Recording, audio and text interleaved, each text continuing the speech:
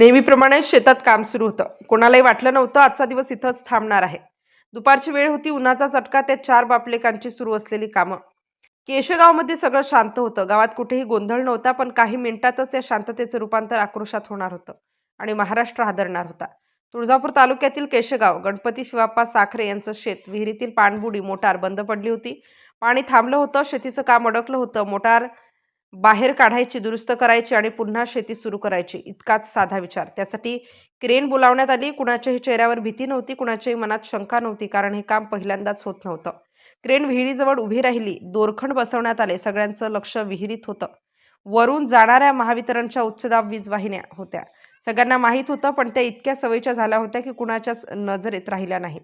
काम सुरू झालं. मोटार हळूहळू वर येऊ लागली. थोडीशी हालचाल, थोडं वजन, सगळं नियंत्रणात वाटत होतं आणि तेवढ्यात कुणालाही कळायच्या आत एका क्षणात क्रेनचा लोखंडी भाग वरून जाणाऱ्या हाय व्होल्टेज वीजवाहिनीच्या संपर्कात आला. क्षणभर चमक झाली, जोराचा आवाज झाला आणि पुढच्या क्षणाला प्रचंड विद्युत प्रवाह थेट क्रेनमध्ये उतरला.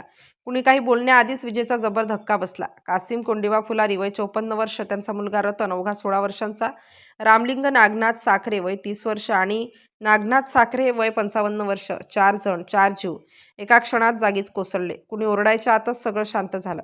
कुणी मदतीला धाव घ्यायच्या आतच काळाने आपलं काम पूर्ण केलं होतं. काही क्षणापूर्वी जिथे कामाचा गोंगाट होता तिथे आता भीषण शांतता होती. हालचाल नव्हती, श्वास नव्हता, फक्त क्रेन उभी होती आणि विहीर तशीच खाली खोल, थंड आणि निशब्द.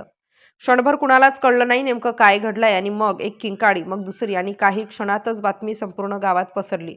लोक धावत आले, नातेवाईक आले. घटनास्थळी पोहोचताच आक्रोश सुरू झाला.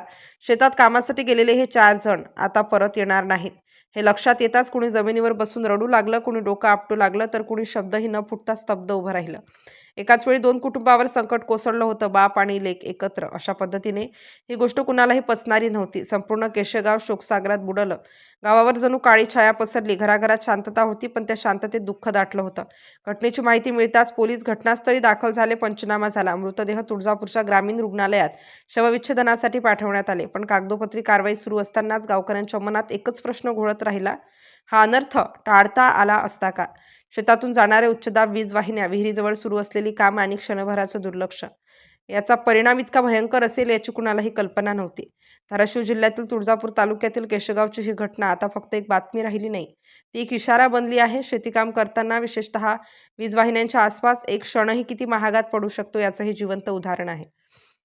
आजही विहिरीजवळ ते काम अपूर्ण आहे. मोटार बाहेर आली की नाही याला आता अर्थ उरलेला नाही, कारण त्या विहिरीजवळ 4 कुटुंबाची स्वप्न कायमची बुडाली आहेत.